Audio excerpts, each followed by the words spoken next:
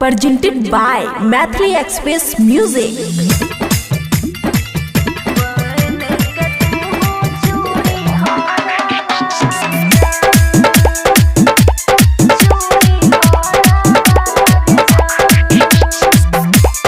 खुशी recording studio Baluaha. जाई छियो सुने हमहू पिया के नगरिया रे, पिया के नगरिया रे।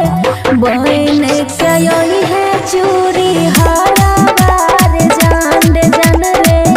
बहन के यही है चूड़ी हराबार जान। लाल रंगे लगे यही है ससुर के दुआरा बारे, ससुर के दुआरा बारे। बहन के तू चूड़ी हराबार जान रे जान रे। बहन के तू चूड़ी हराबार जान। बहन के तू चूड़ी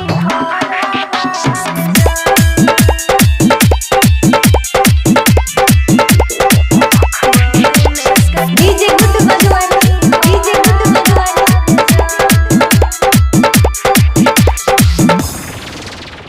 चूरी चूरी नाम से तू दी है आवाज लगाई रे।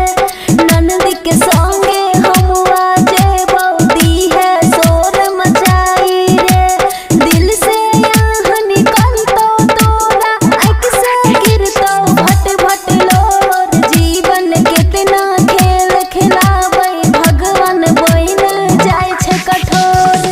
कोना के कहबै छी सुने मोर लभरा बारे छी, मोर लभरा बारे। बहन के यही है चूड़ी हराबार जान रे जान रे। बहन के यही है चूड़ी हराबार जान।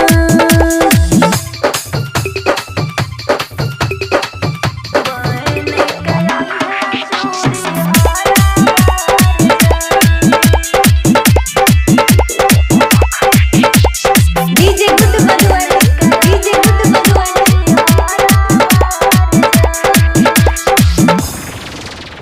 मन में हमरो घाव लागल छै, दिल में लागल छै रे जखम। जिंदगी तोरा साथ न छलै, साथ न छियौ रे हम। जीवन में खुशहाली नहीं छै, बहुते छै जे गम ही गम। लीडर सुनियो भूलू हमरा तोड़ दियो खयाल कसम।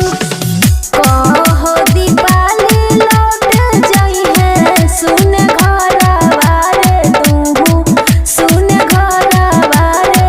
बहन के यही है चूड़ी हराबार जान रे जान रे। बहन के यही है चूड़ी हराबार जान। खुशी रिकॉर्डिंग स्टूडियो बलुआहा।